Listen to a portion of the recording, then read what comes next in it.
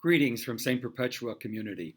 Last week at our parish town hall, we received good advice from a Bay Area psychologist on keeping good mental health in a time of uncertainty.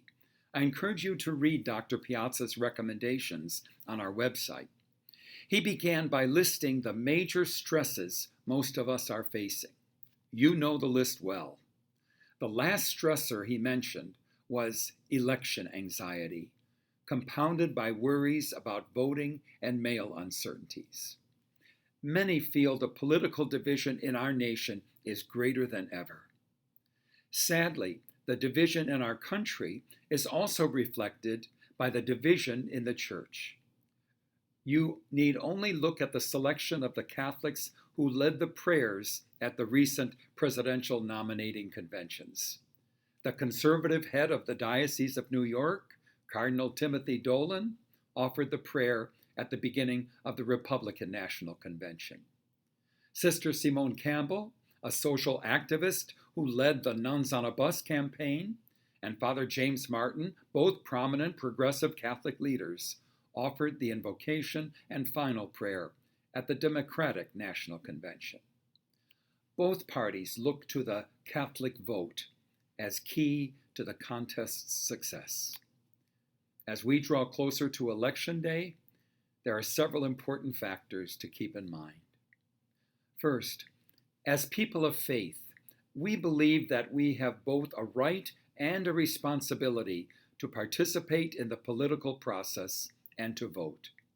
The word politics comes from a Greek word meaning citizen or people.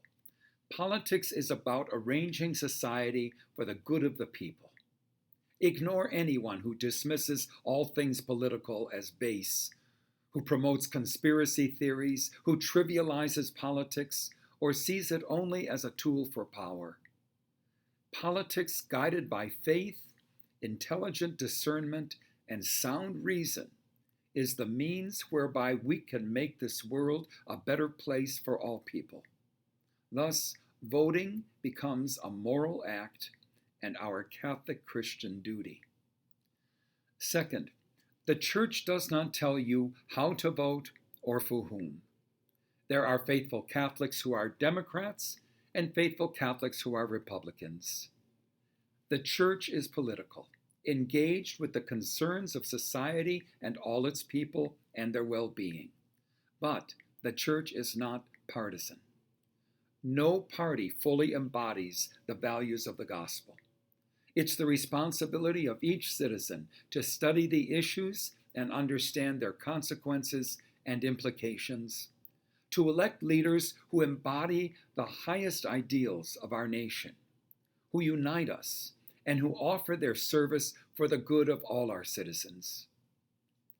As Bishop McElroy of San Diego recently stated, faithful voting involves a careful consideration of the specific ability of a particular candidate to actually advance the common good.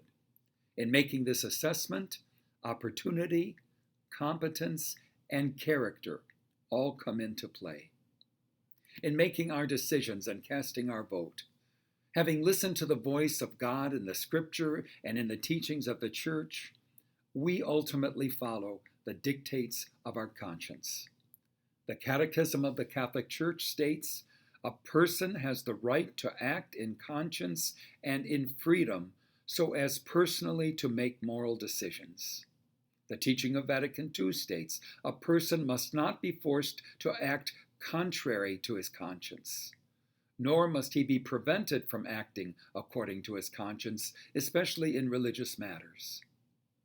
As Pope Francis said regarding the primacy of the individual conscience, we have been called to form consciences, not to replace them. Finally, as members of the Church, we look to the gospel and the example of Jesus to inform our conscience and our vote. The 7 themes of Catholic social teaching, oriented to the common good, are a rich source of wisdom to guide us in our discernment. They include the life and dignity of the human person, the call to family, community, and participation, fundamental rights and responsibilities, the option for the poor and vulnerable, the dignity of work and the rights of workers, solidarity, and care for God's creation.